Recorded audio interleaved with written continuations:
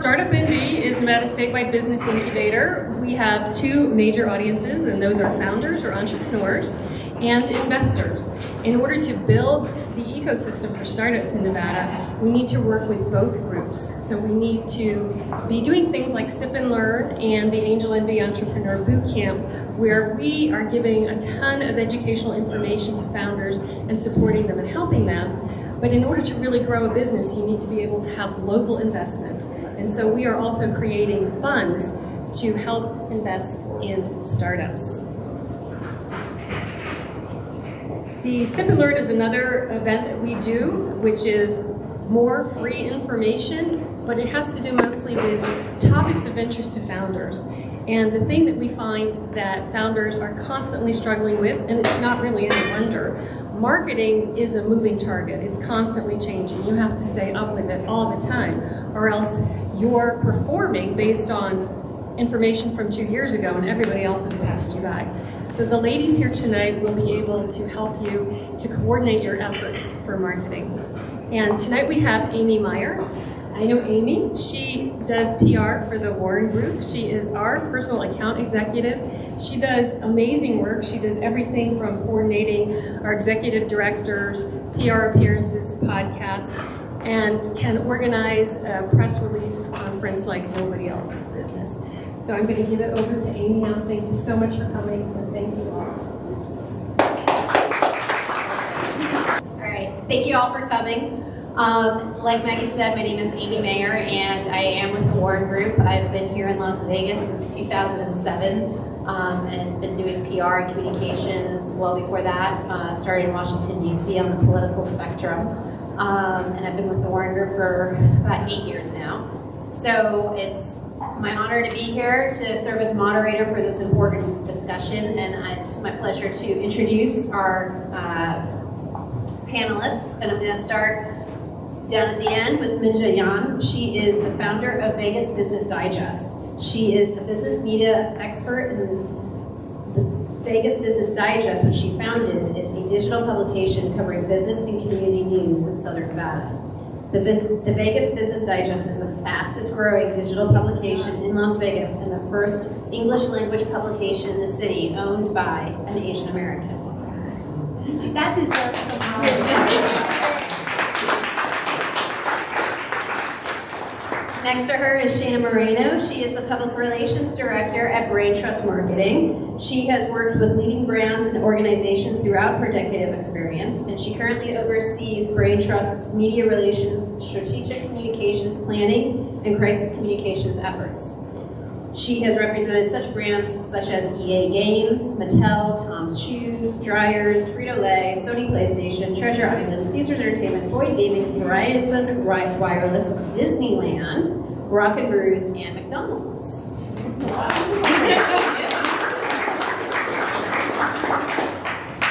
And right next to me is McKenna Ross. She is the gaming and tourism reporter at the Las Vegas Review-Journal. She joined the Review-Journal in June of 2021 as a business reporter covering Southern Nevada nonprofits and the charity sector. She is a core member with Report for America, a national service program that places journalists into local newsrooms like our own.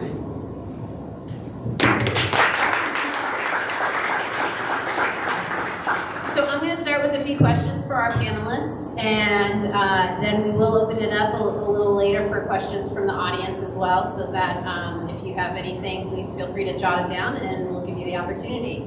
But first, what I'd like to ask, whoever is interested in answering, what is the difference between public relations and marketing? Okay. Okay, so PR is really all about your reputation, and we always work for that third-party endorsement. Whether we're doing a community advocacy effort, or if we're doing anything to do with public affairs, or if you're launching your new goods, services, whatever it may be, it really comes down to the reputation and what people are saying about you, whether it's online, on social, or if someone on TikTok had a bad experience and that goes viral. I mean, just now in today's age, there's just so many different avenues that we have to effectively communicate our messaging and be prepared to be on the defense a lot too. I mean, because everybody has an opinion and everybody's not afraid to voice it anymore. And so in marketing, a great thing that we say is, in PR we pray, in advertising we pay. And so it really comes down to, what's your branding? Who are you? It does go into the logos that you use, the color scheme that you want to be affiliated with, because that's going to leave that lasting impression. And so, there's so many, avenues with PR, but it's what you make it and what you want your time to be invested in. You started touching on it a little bit, but how does PR and social media interact? And are they separate, or do they need to be coordinated now? Definitely. Now with citizen journalism, that's what we heard about, 10, 15 years ago. And sometimes even now when we pitch something, it goes on social first before we send it to a reporter, because we know that the influencers, whether they be micro or macro, and you can really get into that too, who's going to effectively communicate what we're saying. So if, say, we're launching a service that's going to better the lives of how many people through a different way, or if it's a subscription service, you have to download an app. Maybe that's not effectively communicated, say, on the morning shows, but it sure is going to be with an influencer who talks about small business and what they want to do and the better ways to do it. So I think that strategy needs to be twofold now. It's not just writing a press release, and it hasn't been for a very long time. So in a lot of the releases we send, it has a tweet that we include. We want to make sure that the journalists or that the public is tweeting the right handle about it, that they know where to find us. And so then it also goes into social. What does your platform look like? Do you have a great feed that reflects the brand and the audience that you want to communicate to? Or does your press materials, are they just, you just threw something on because you put it off Google and then you send it to one of these ladies and they're like, what is this? And so you really want to take that extra effort and to learn the right ways and where you want to go. We all want to be on the front page of the Wall Street Journal. We want to be on the Today Show. And we've gotten there, Amy and I, but it depends on what your story is and setting that foundation so you can build upon that and then one day get to where you want to go. So I just want to add on the social media platforms, because Vegas Business Digest is also a startup.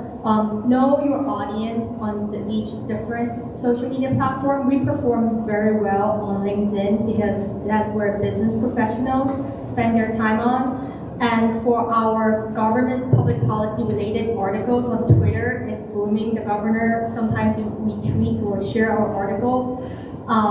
And Instagram is the best place for us for nonprofit and community content. But for business contents like the economic diversity, economic development, banking, finance, that's LinkedIn is the place to be. So understand your audience for each different social media platform. McKenna, I just wanted to follow up with you as a reporter. How are you using social media in your day-to-day life, reporting on news and disseminating news, as well as trying to find news to report on? Oh yeah, I definitely use a lot of social media. Of course I share my articles wherever I think that would make sense. So similar to what they advise, if it's a business article, I'm probably going to share it on LinkedIn. If I just am really proud of it, I'm going to use the platform I use most, which is Twitter, that kind of stuff. But then I use social media for news gathering. It's a great place for community news, especially if you got into things like Facebook groups and pages like that. But then, I'm also looking for sources, so I'll use LinkedIn to find people in a certain company, or maybe I could do something similar. I'm pretty sure I could do something similar on LinkedIn where maybe I'm looking for a type of business. Then I could search that and that would show up. So it's the same process. And also just kind of confirming some things I found, maybe I have a hunch that this is the case. So I'm writing a trend story, and I have a hunch that, everybody's playing X slot machine. I'll go on social media and see if it's really talked about and things like that. So it's really integral. It's unavoidable, I would say now. Social media is a really a big part of it, but the hard part of social media is the noise that it creates. There's so much noise, so knowing where you're going and thinking about where the end user. So if you're trying to reach consumers, where would a consumer find this news or look for this news or item or whatever, and then if it's a media person, think about where a media person might find that information and go there. here's a tip to grab attention from media. If you keep commenting and sharing our articles on LinkedIn and Twitter, like that's how you grab our attention. I just look at my inbox, I have 500 unread emails just from this week from press releases. But if you keep like resharing like our articles on Twitter, we will notice you. And we'll come find you. And see what you're about. Okay, thank you. And a different question. So a lot of these folks, as you know, are founders and maybe 1 or 2 person shops. So where does PR fit into a broader marketing plan? So Shayna, this is probably a question for you, but given the many things with sales, advertising, social media, PR, where does it all fit in and how does it work together? I mean, it's hard to do. So I worked at a startup, dogvacay.com. I was the first intern. So it was me, the owner's wife, and we sat in this shared co-working space on the 3rd Street Promenade in Santa Monica. And I'm like, okay, so what have you guys done? They're like, well, we just had a baby and we don't really have time to do really anything. And I'm like, okay, so, opportunity. I mean, if you haven't done anything, there's only up to go, hopefully. And so really, I would, be realistic with yourself too. Because I know, we're watching the master classes and they're like, well, you need to be on social at these key times now, and you have to post this many times. Yes, there is a formula, especially with the changing algorithms, but I think first is to be realistic with yourself. What is your capacity to do it? And then also, don't be afraid to ask for help. But if you want to be that go-to person that McKenna's gonna call, that Minja's gonna call, and say, hey, I need a comment on this and I need it now. So you have to be available for the media. And I think, in your priority list, I think your marketing, you need to have your pages up to snuff, make that key number 1, because that's gonna show up on SEO when they're Googling. You don't want to have they created a handle, but there's nothing on there. And so make sure your site's up to date, at least there's a contact information, and then, go into PR, understanding where you want to go. I know I said that before, but say, hey, I have an announcement, and who do I get this to? And who do you watch on TV? Who's going to say, oh yeah, people's goal, oh, I want to see Monica Jackson talk about this. I want to have, someone come down and tell my story. And so just, and keeping up, watch the news. And, I see Todd back there, and, who's going where? And keep up on that. Follow them on Twitter, see where they're going. If someone's now, they were a beat reporter, now they're an editor.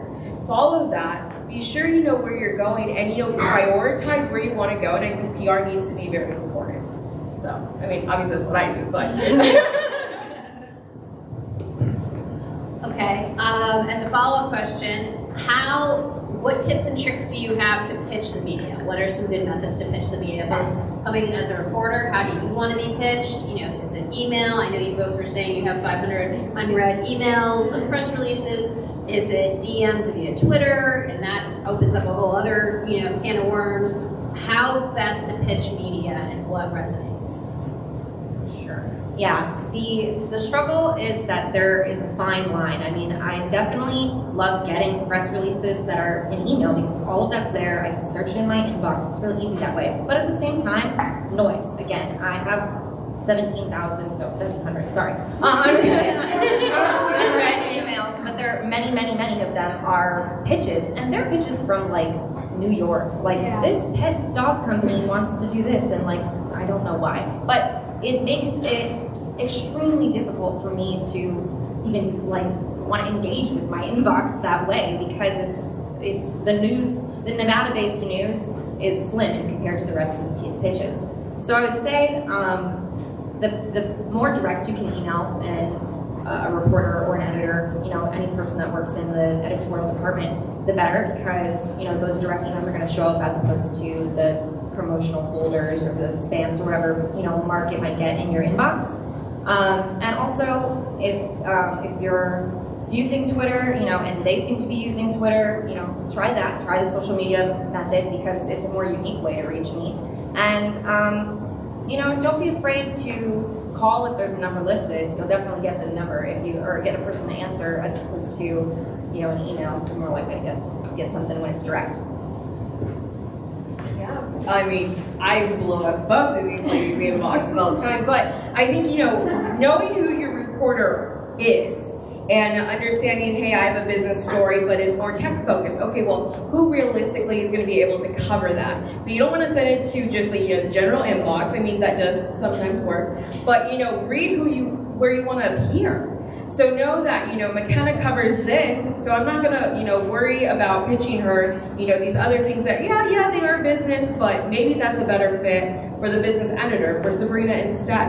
And so really understanding, read up, and know where you want to go. I think that's key. And make sure that you have news to share, and you want to be a subject matter expert, not an expert of everything. I was taking notes.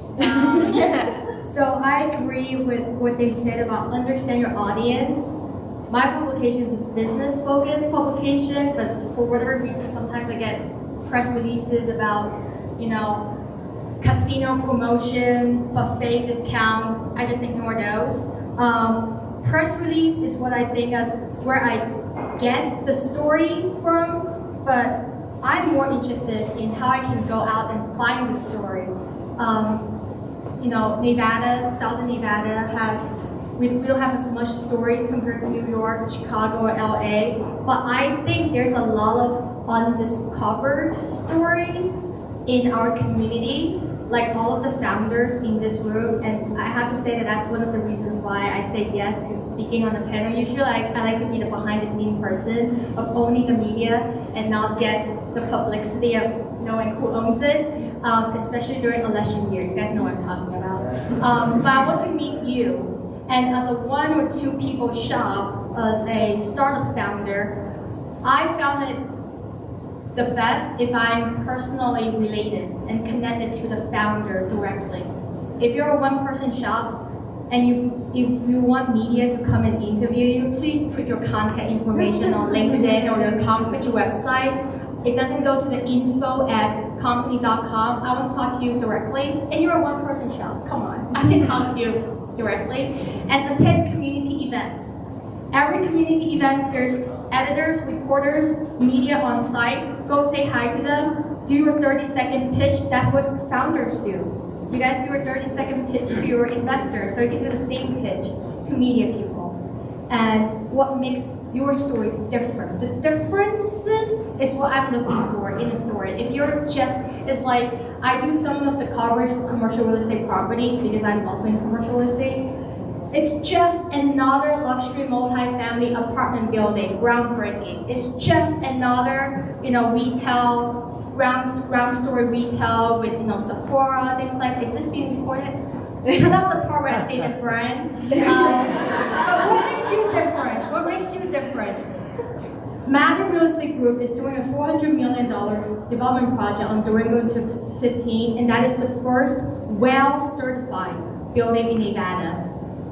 For sustainability building, there's the LEED certification, which a lot of people know, but WELL certification is one level above that. That talks about sustainability, the well-being of the users, the end user experience. That's the first WELL certified building in Southern Nevada, and that's what I decided to do a story on. So what makes you different from all of the other founders out there and all of the other startups out there?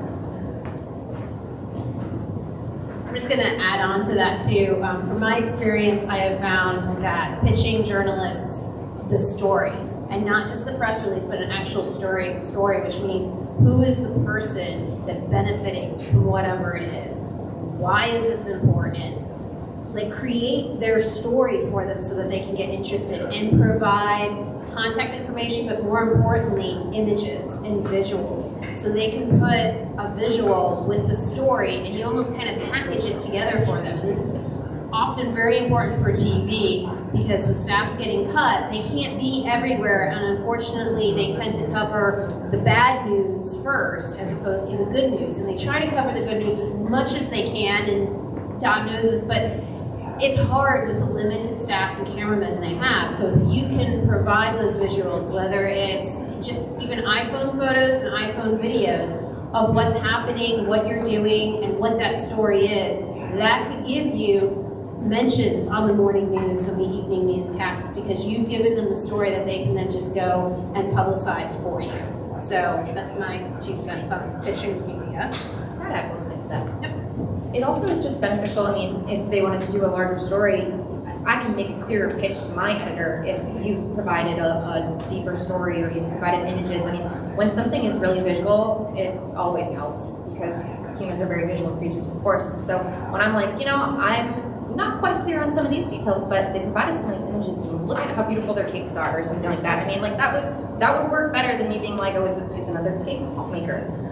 So it is good to think like that, and the story, the connection to the reporter is really helpful too because it gets past to the press release and shows them what would make it worth covering.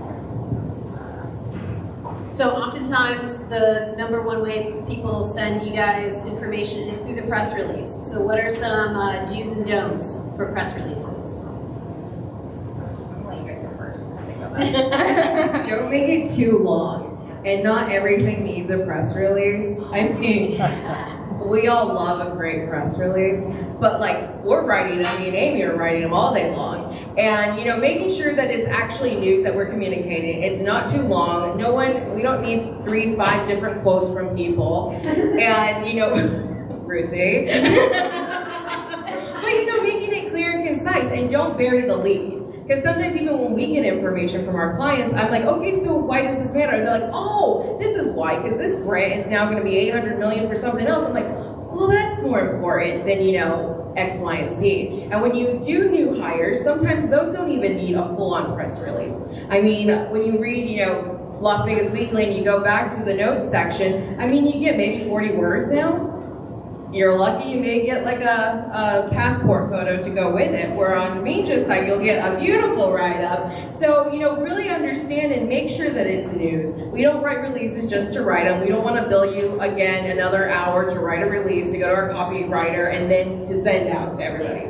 So make sure it's news, make sure it's short, and keep your boilerplates consistent too, because like I've seen them, like they even coming across my desk, like, well, that one we stopped using, I don't know, 2 months ago. Like, let's update it, make sure the links work, and make sure your contact information's on there too.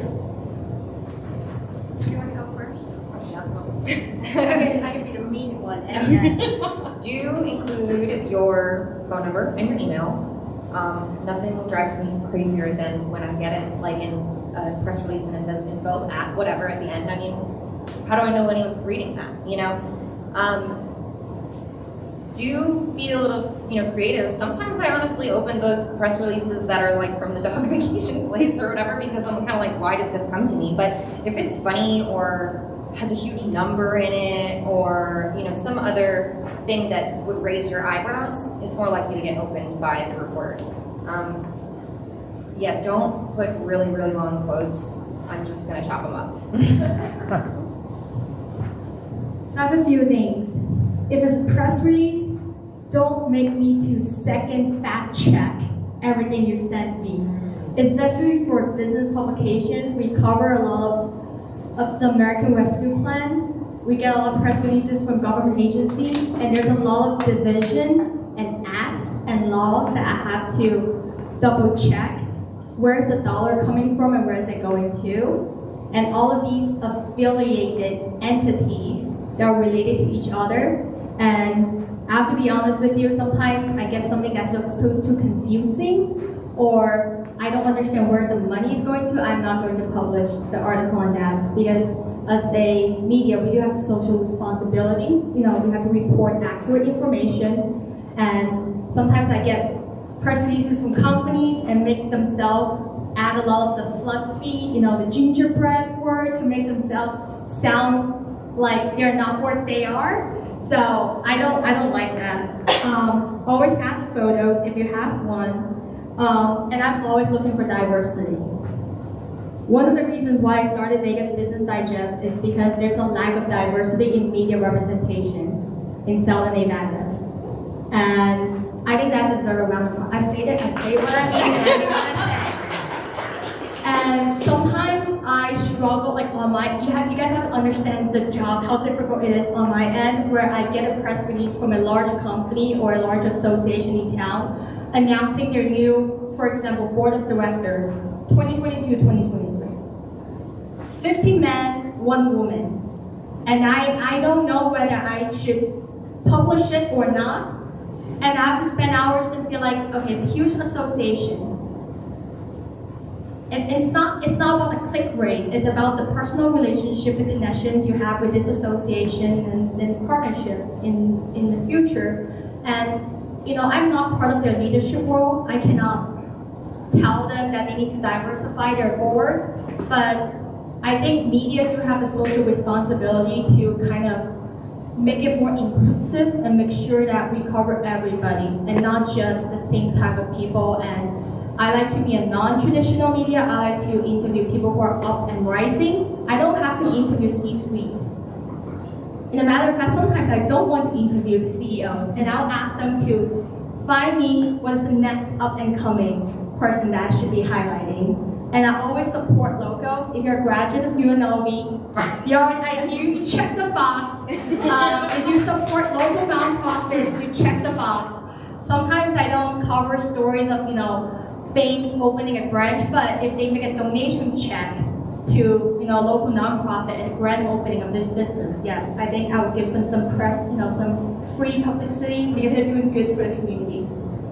And then there's another thing about news versus story. News, I get a lot of news from press releases, but I'm always trying to find interesting story. It's like finding treasure hunt. Like I'm sure there are a lot of interesting stories here. I just need to get to know you and hear about your story. One other thing I would mention too, is for a lot of you who may be in the tech realm or financial realm or a realm that has a lot of specifics and technicalities to it, you need to put it into layman's terms. A lot of times, if you work with PR, people will hit you over the head with that because if we don't understand it, we can't present it to a reporter who's certainly not going to understand it. You need to stay away from acronyms. You need to get out of the weeds. You need to show how whatever technology you are innovating is going to benefit John Smith, and his family of 5 over in the Southwest, or whatever it may be. You need to personalize it and get out of the weeds and get out of the technicalities. So it makes McKenna's life easier. It makes all reporters' lives easier because you're not trying to, get the definitions of every other word in a technical piece. Yeah, definitely. I mean, if you had too many acronyms, and I'd have to Google 3 or more or whatever, and it's like, what? You're making me work this hard for a press release. We haven't even gotten to the interview part. So just something to keep in mind. One thing just to build on what Amy said. There's practice in journalism on how to structure your stories about the lead, the first few paragraphs of the story, and it's, how would you present this information over the breakfast table, So consider that as you write a press release or draft an email even, how would you tell someone who never heard about your company before? Again, it's layman's terms, it's the most important information first, and it's what's interesting. Okay, so the next question is, once you've gotten the press release and you're interested and you want to have an interview with one of the founders, how does that person prepare for that meeting interview? First? You. Okay. I'm not sure how you would prepare. I'll tell you how I prepare, and maybe that could be how you formulate something. When I do any story, I'm going to start, of course, I've got the idea, I've done some research, so if you have a website, I've read most of the pages, if not all of the pages on your website.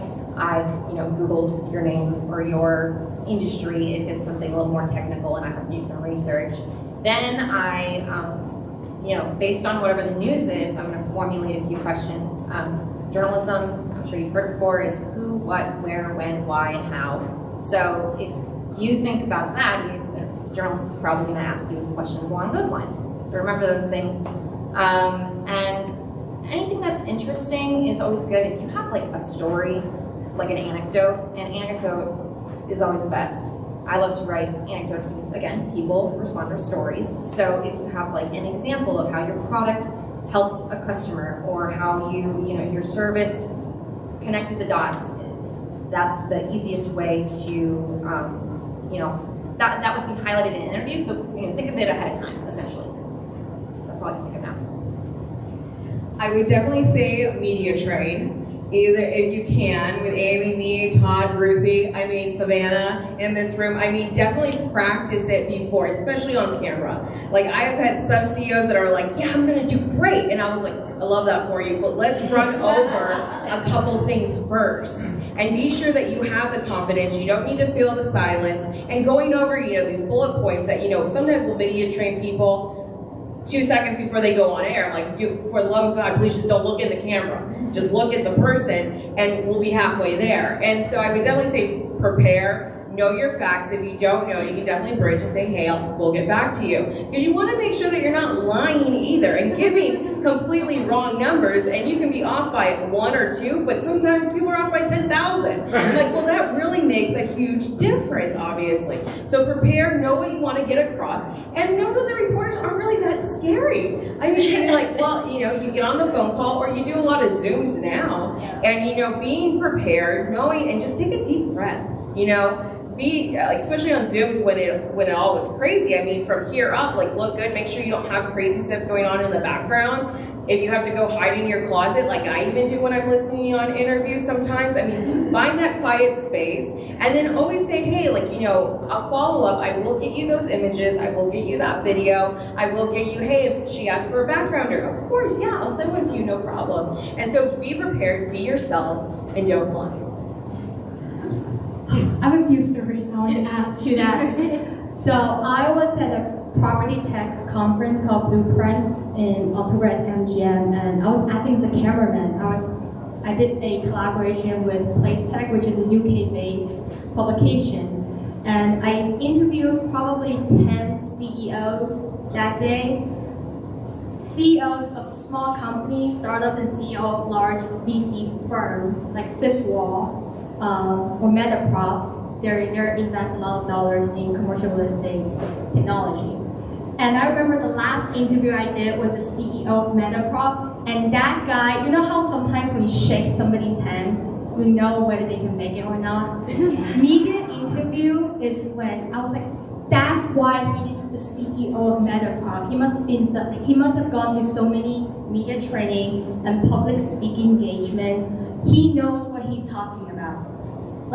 Compared with the other 14 CEOs I did, I remember this one guy, it was supposed to be a 3-minute, 5-minute video interview. It took us 20 minutes long because he had to stop it and re-record it, and it's like, just keep going, we'll do the editing at the end. But media training is really good. You don't want to waste the reporter's time because we might not call you back for the second interview when we have an interview opportunity in the future. But if you're a good interviewee, you know what you're talking about, and you present yourself really well in front of camera, we'll call you again in the future. That was it. What was the other one? What's the question? We might answer for the next question. The only other thing I'd add to that is y'all are subject matter experts in what you do in your company. And you can talk for hours on end about what you do and why your company is the best and why your product is the best.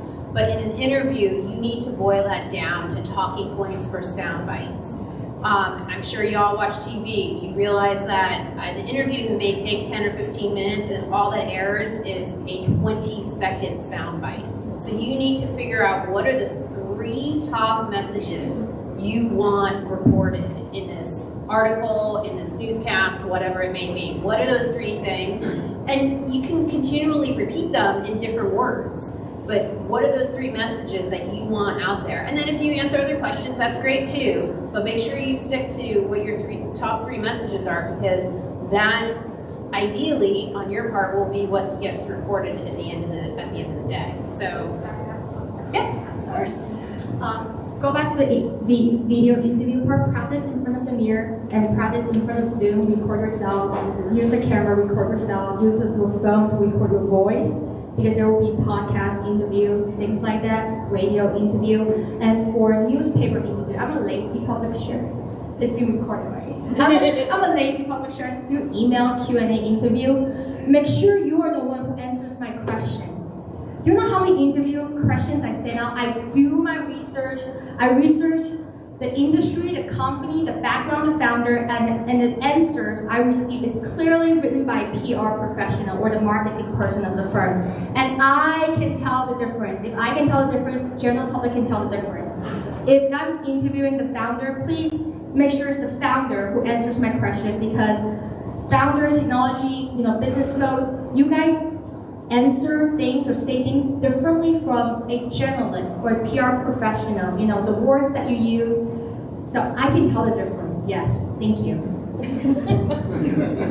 One thing about newspaper and online publication interviews is you can kind of screw up and like, oh, I'm sorry, I misphrased that. It's actually this. So it's a little easier. Pro newspapers. Yeah, and to that point, don't be scared. I mean, it's not all gotcha in journalism these days. Don't be scared of journalists. They really, for the most part, 99% want to tell the positive story and tell your story accurately and correctly. And so, to your point, practice and don't be afraid to speak slowly, because you automatically are going to speak very fast when you're doing an interview because you're nervous. It just happens by nature. So practice speaking more slowly, and even if it sounds like you're speaking way too slow to yourself, you're not when you're doing it in an interview. All right, so another question I have is crisis public relations, crisis PR. What is that, and how do you handle a crisis, whether it comes from social media, whether it comes from a dirty dining segment, whether it comes from whatever it may be, and how do you handle that? Whistleblower, whatever. What's do's and don'ts?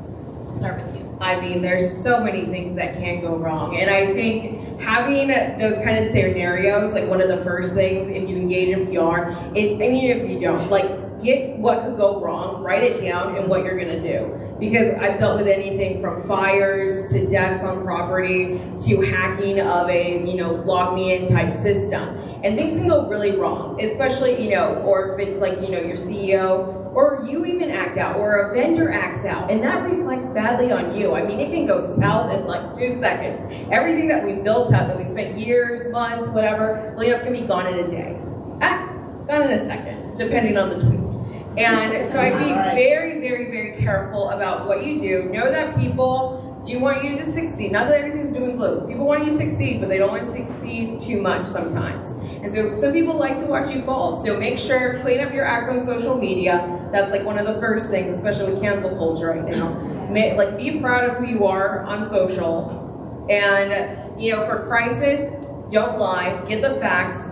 And when you get a call from one of these ladies, one of the stations, or if something does go severely wrong, say, hey, don't say no comment, because, just don't do that. Just say, at this time, we cannot, we will update as soon as we have X, Y, and Z, or, it's with legal right now. there's so many different canned answers that Amy and I both have. Should something go wrong? And so definitely, first thing, just don't lie. I know I've said that so many times. Don't lie, because people will find out the truth, whether you like it or not, and then you lose all credibility. Bluetooth cancelled. She agrees. And so, get all the facts first. So when I dealt with a fire on one of my construction projects, I was like, oh my gosh, this is the worst thing that could possibly happen right now. It really wasn't, but get the facts. Who saw the incident happen? It doesn't matter if it was online. Where did the data breach happen? Where did our product falter? Know all those facts first, and then we decide, really kind of in a war room, maybe would you say, we all get on a call, doesn't matter what time, and we figure out what the next steps are, and who is this gonna affect? Who do we need to warn if it does affect the public? If it affects our customers, if it's information being leaked, what are we doing to stop it? Do we need to get legal on the phone? There's so many, or if you're your own attorney sometimes. It's who do we need to talk to make sure all of our ducks in our row as fast and quickly as possible. I think even having a one sheet, we have communication crisis complaints that go, chapters deep. But, just have that one sheet available. Okay, if this, top 3 scenarios goes wrong, know what you're gonna do, and be strategic, be realistic about that. I would say be receptive. A journalist in a crisis situation is going to tell you a lot, because they're on deadline and it has to go, and it's a big deal, right? So if you don't have an answer at that time, just tell them that, because not answering or saying no comment is fishy.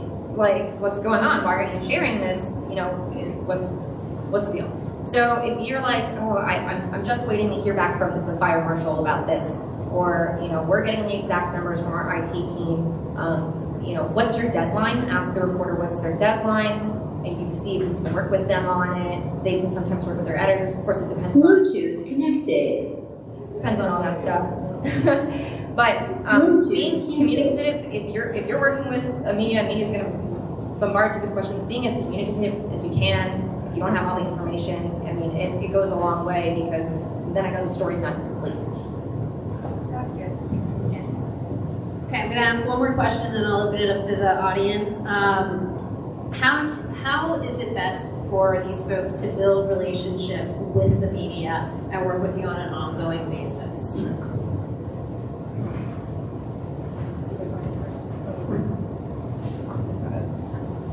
Be nice to me when you first saw me.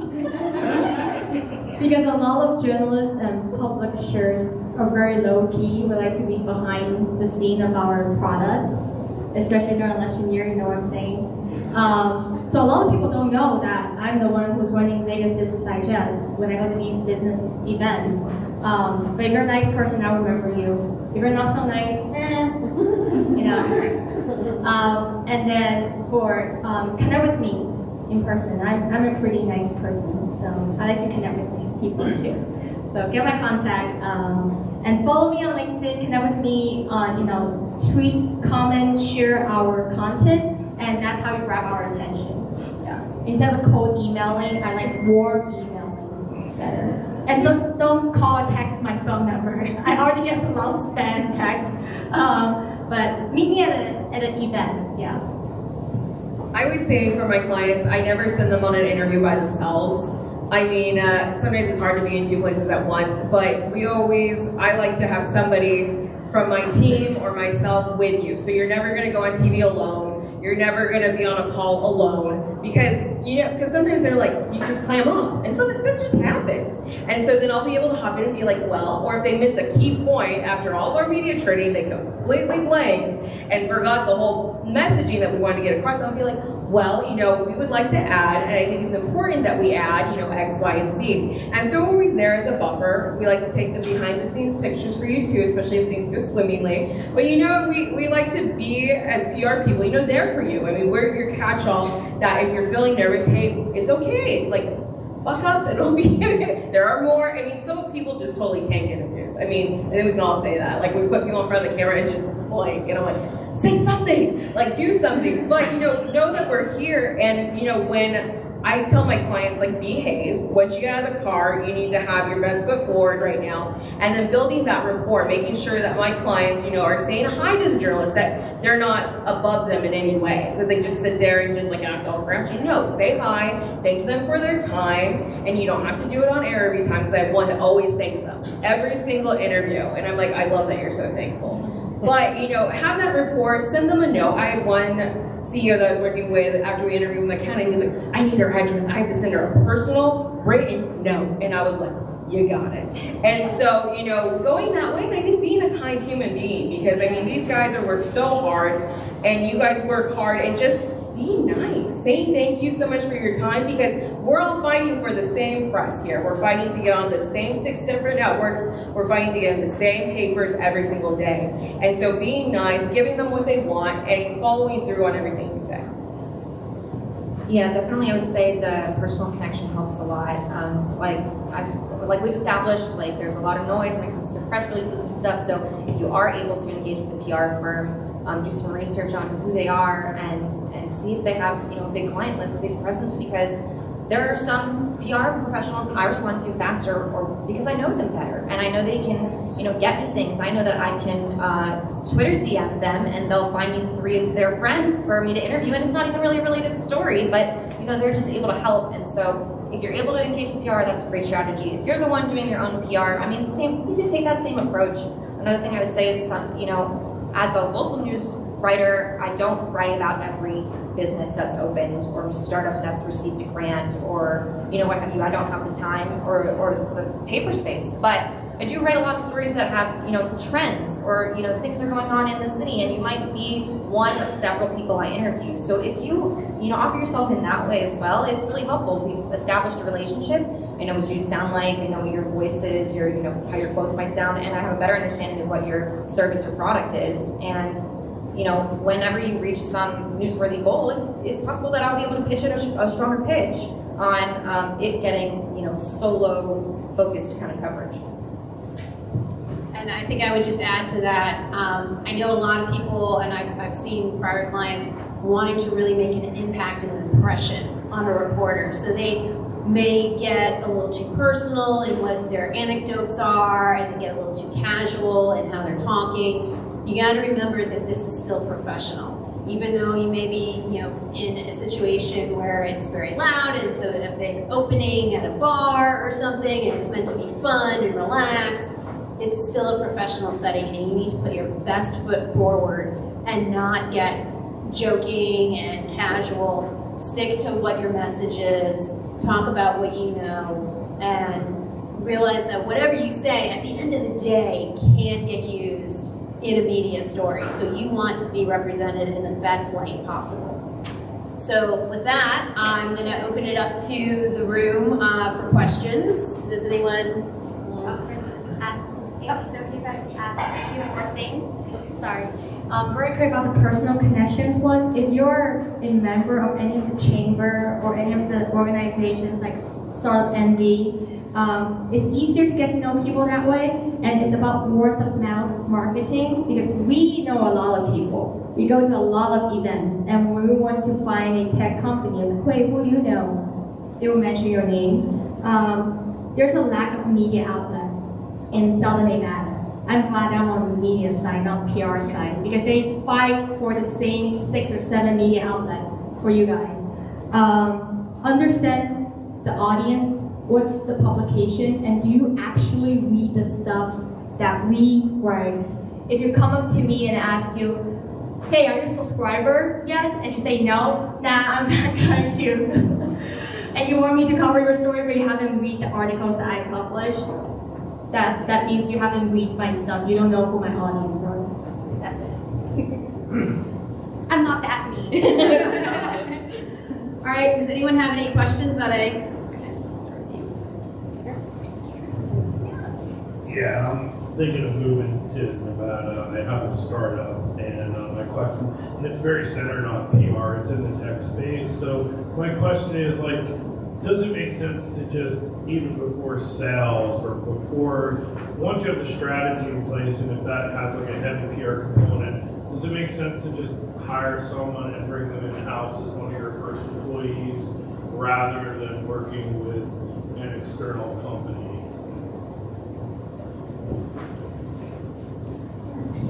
I mean, it's very interesting. If you have, we've worked in-house, we've worked with agency, and I would definitely say where your investment is going to pay off. And sometimes it's more cost effective to hire an agency because you can give them a set retainer, pay for a certain amount of hours. But then they have to understand your business, your goals, your mission, but then you have to deliver the assets that they're going to need in order to give these ladies what they also need. So we get what we want by giving people what they want.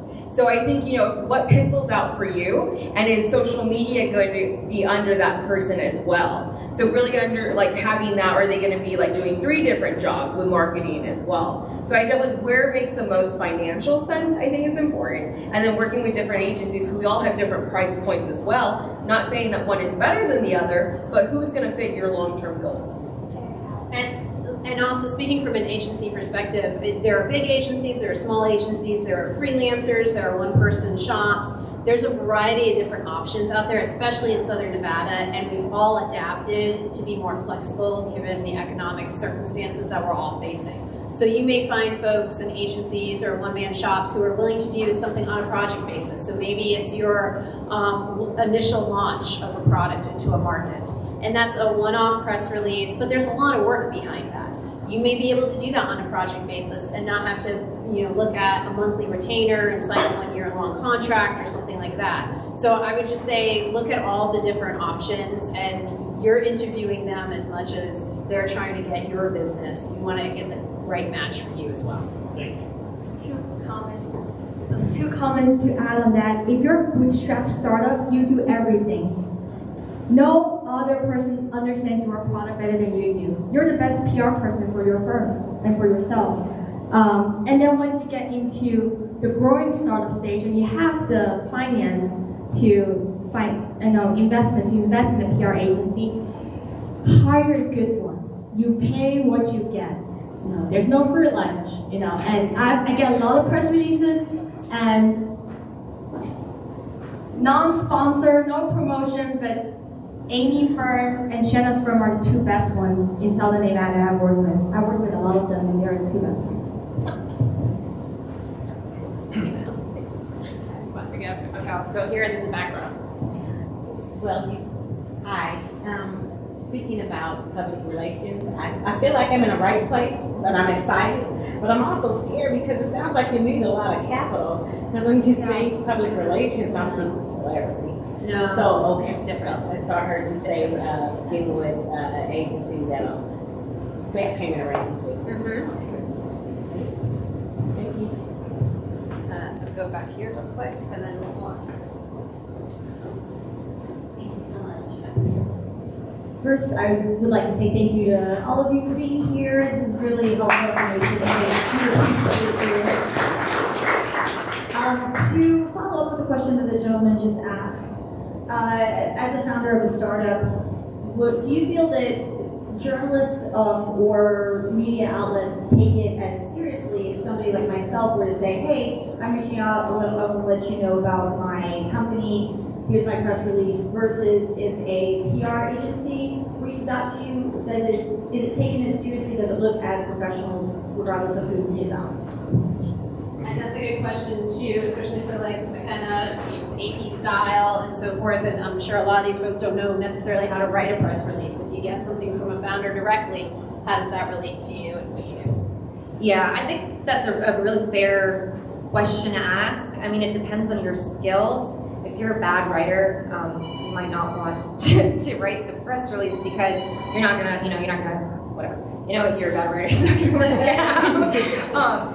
But I would respond to a founder, sent pitch if it was a good pitch. So it's just about the quality more than anything. But it certainly helps to work with a PR firm because I would recognize a firm first. I'm gonna have to take a little more thought when I read your email. But again, it has to be clear, send the same message, follow that. I mean, I wouldn't care if a press release didn't follow AP style if it was from the founder because I'm not going to write it based off the press release. Again, I just want to make sure that the news is interesting.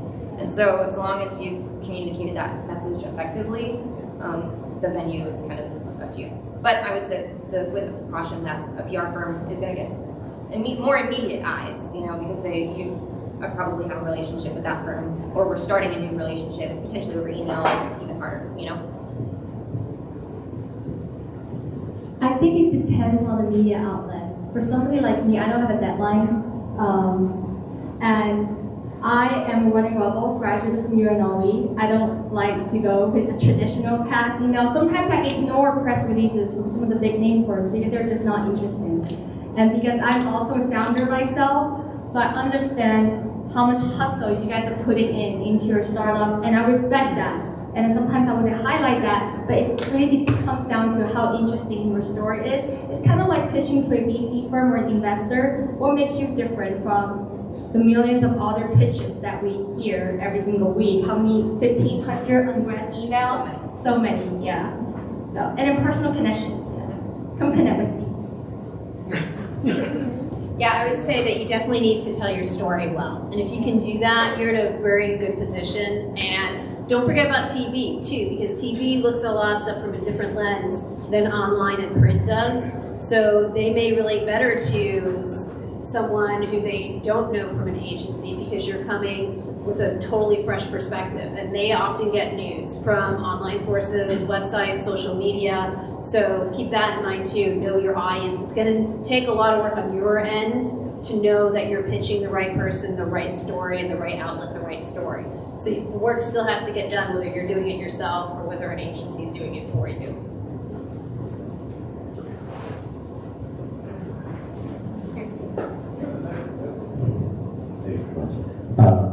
Dan Hugo, go to Vegas. We just got our C3 determination this morning. So,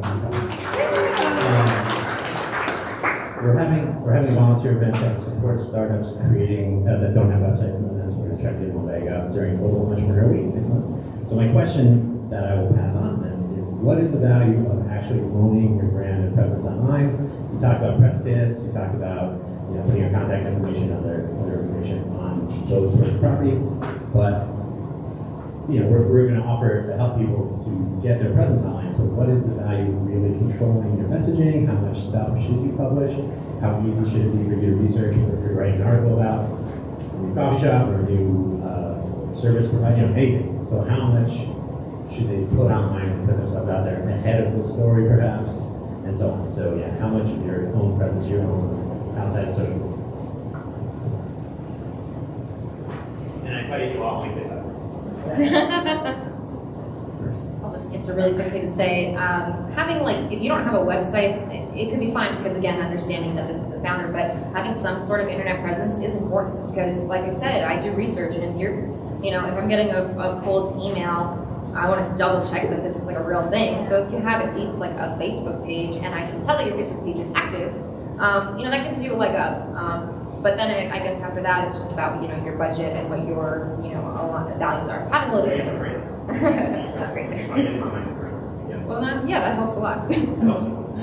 I mean, I definitely think, don't feel that you have to be on every social media platform. I think, sometimes too, it's just go with it. You want to be on, LinkedIn and maybe Instagram if you have a visually appealing product. And making sure when you get those on your website that they're linked correctly. There's so many times I go on Facebook links and it's facebook.com, and I'm like, oh, jeez.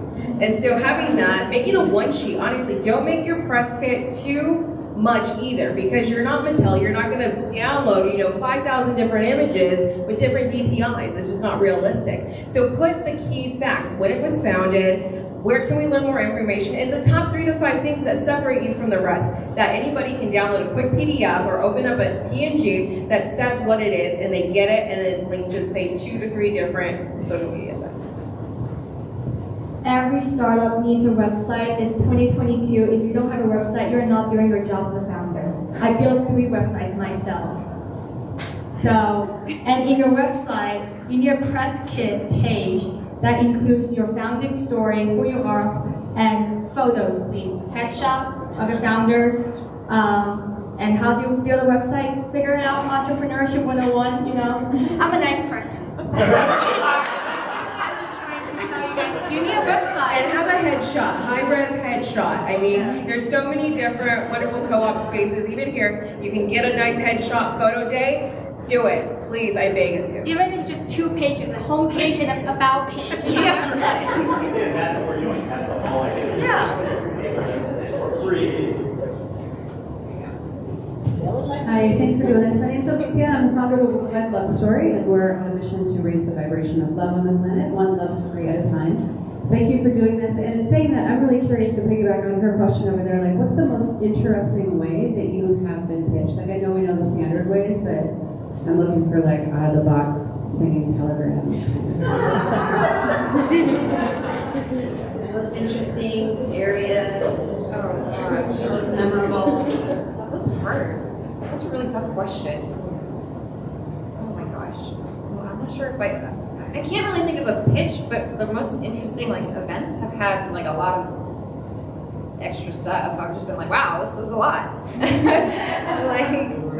have an acrobat. That's crazy. I mean, that's going to be somebody that has a lot of budgets. This is probably not a good example. I don't know, come back to me. I mean, we have had some startups, pitch it via Twitter, but if you have the budget, we like to do media drops. I used to work with a lot of different restaurants. I know Savannah does right now, and whether it's a new menu item or if it's, a new promotion, do kind of those gaggy type gifts. I mean, sometimes they're cringe, don't get me wrong, but if a producer shares that and then it goes onto the News 3 website, you're like, oh, because one I saw specifically from Savannah, it was toilet paper wrapped in a beautiful pink chiffon, and I'm like, what are you promoting? She was like, this show, Shayna. And I'm like, oh my God, I love that. Because it's memorable, it's a little quirky, but it's cost effective.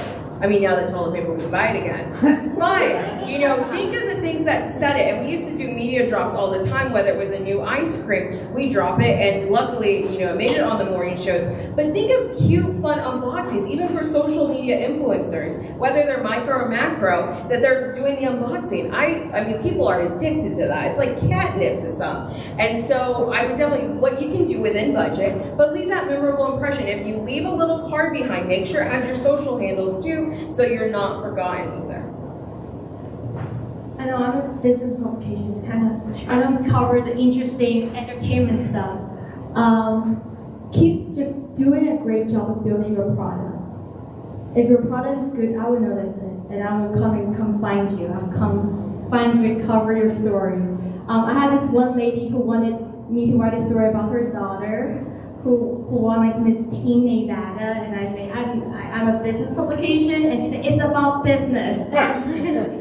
And I was standing outside the parking lot for 15 minutes listening to her pitch because I'm such a nice person. I don't want to say, you know, I have to go.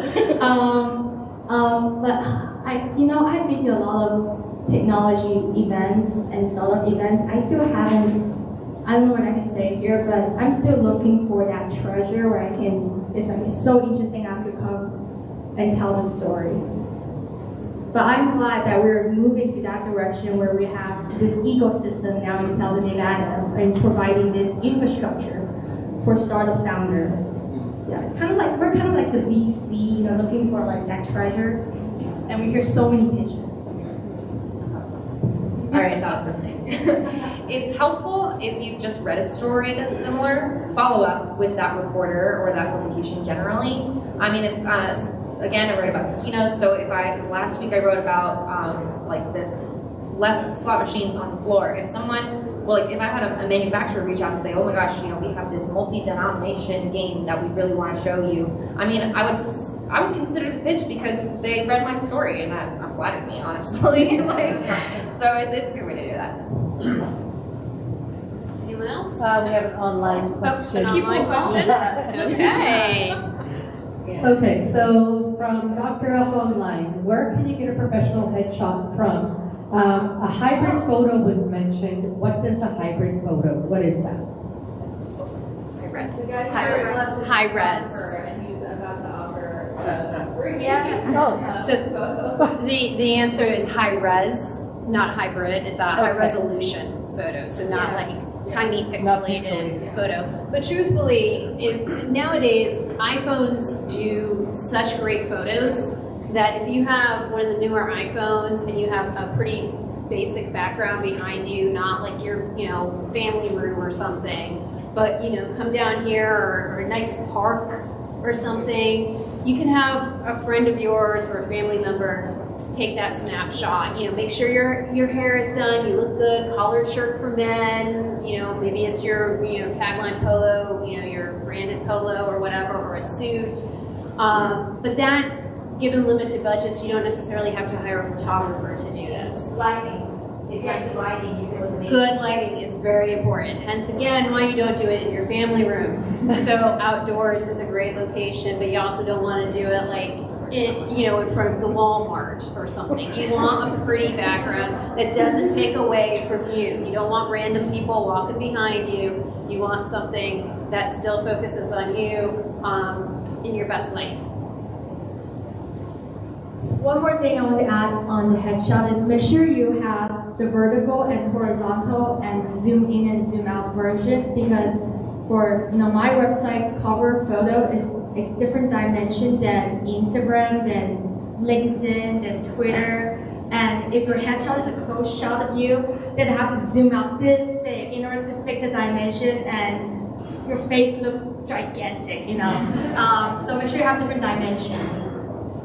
And even if you look at the headshots that we have in the screen, you'll see that they're all basic, backgrounds. I mean, this could have just been a white wall. It doesn't necessarily, it's not necessarily a photographer's, background. I took it in lockdown, pandemic. Exactly. So it can be done for little to no investment on your part. So, you have a question, yes. Thank you, Amy.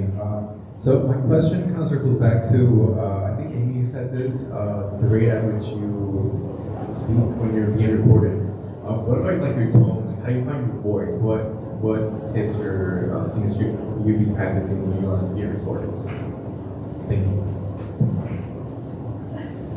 I mean, definitely speak slowly, practice in your bathroom. I'm a fast talker either way. And so take that time to rehearse, whether it's in your car, right before you go. Have your dog look at you, so somewhere you know you're looking at, and you make eye contact, and they'll give you all the love you need. But definitely rehearse. I really recommend media training, whether it's someone like Todd, Ruthie, Savannah, myself, or honestly, you can even go on YouTube. I mean, and just look at top 5 things you need to do. Speak slowly, just take that time. And I know it's really hard because I have a very hard time, but just rehearse, because you don't want your talking points to sound rehearsed either. Because I've had some and they just sound verbatim what we all wrote down, and I'm like, oh gosh. And so take that time, be familiar with yourself, and say what you want to say. Just say it a couple different ways. Say it slowly. Say it, with a little emphasis. What words we want to get across with that pronunciation. So just practice in your bathroom, practice in the mirror. I think it's the reality of the way too. And record yourself on your iPhone, prop it up somewhere, and like it'll either be great or you're like, oh, we have room for improvement to grow. So definitely recommend too, because that's what we're going to do in media training. We're going to record you either way, and so do it. You can do it yourself. Go in your bathroom because you'll have better optics, and then just listen to yourself and say, okay, well I got that part down. Now I need to do this. So just take your time and breathe. Any other questions? Here. So I imagine that a lot of us are startups with very little capital, and we'd like to get the best bang for our buck when it comes to PR and reaching out to the public and everything. How do we do this? I mean, like Amy said, there's so many different levels of PR that you can go to, and sometimes I remember when I was working on a startup, we literally had zero money. I mean, I was the unpaid intern writing press releases, and they just trusted me with it. So really, practice, and you can even send it sometimes to a friend, because sometimes I'll have my husband read it, and he's not in PR, but I'm like, does this make sense? Because, and just get that, a friend to read it, somebody to copy edit you, because sometimes, we stare at things for so long, and I'm like, oh my gosh, I spelled that wrong, are you kidding me? So have someone else read it for you, I mean, honestly, and when we have no budgets, and you're helping, I even help friends just for fun sometimes, and it's like, okay, well, let's just read it through, and have someone else read it, it doesn't matter who it is, just get that, because that's your public too, that could potentially read it straight from that. And so take your time and do that. And then also, you can do freelancers, independent contractors, say, hey, I just need a quick project, 1 month or so, what can we do? Or some other co-oping spaces do hold workshops, how to write a press release, go to those. I would say definitely activate within the community that we have here in Southern Nevada, and there's so many different opportunities for that. We have time for one more question, sorry, back row.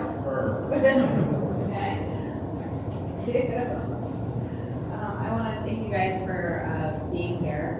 To kind of piggyback on their questions, is there any type of software that you would suggest? Like I use Hemingway sometimes to highlight when I have too much of a passive language, or I've heard of an app called Just Not Sorry that also highlights passive language. Is there any type of app or technology that you would recommend for practicing pitch or writing style?